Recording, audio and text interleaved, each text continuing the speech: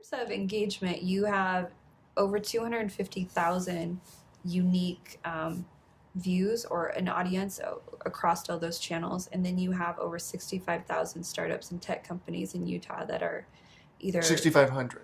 6,500, yes. 65,000 would be incredible. I know. Even yeah. 6,500 could be a bit of a stretch.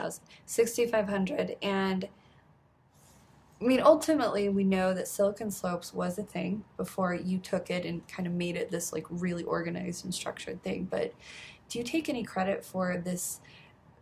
We're becoming more and more known outside of Utah as the next hub. Right. The cost of living is low, but the job opportunities are super high. I mean, you have to know that some of that comes from the stories that you're telling and that amplification of what's been happening here. I take sole credit. I think I'm the only reason why that's happening. Good. That's all I wanted to know. No, that has nothing to do with us, right? It does, though. Here's the truth, right? Entrepreneurs build companies, right? And so everything starts with entrepreneurs because everything is sprouted out of companies, right? Like companies attract talent, which attract employees, which attract investment and government and transportation and all this type of stuff, and housing starts popping up and all that type of stuff. And so our belief, my fundamental belief, when starting this organization called Silicon Slopes, this new nonprofit, was it's got to be led by entrepreneurs. I think startup and tech communities should be led by entrepreneurs, right? And you would think, yeah, obvious.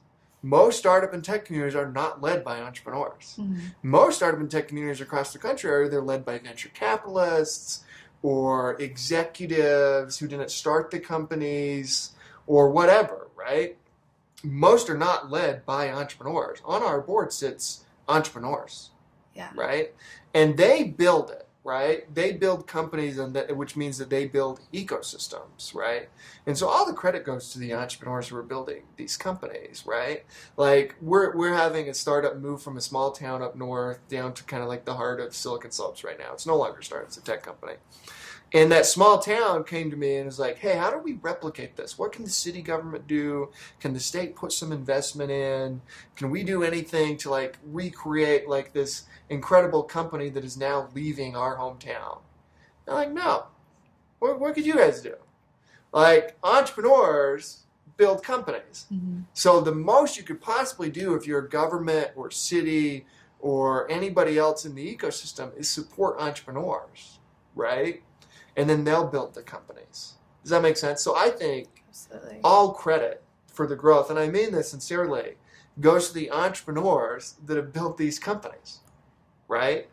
And, we're clearly punching above our weight class as a state and as an ecosystem, right? Absolutely. And we could dig into why that's the case over we're a relatively small population. I mean, Silicon Valley, just that area, is much bigger in population than the state of Utah, right? Mm-hmm. And so why is Utah, catching on and, clearly punching above its weight class compared to other like ecosystems, who are kind of the same population size? That's an interesting discussion. But I don't think, Silicon Slopes, the organization, certainly is a rallying point and is great at telling these stories and great at getting kind of all the right people in the room and understands like what it takes to, organize a community around the Learn, Connect, Serve model.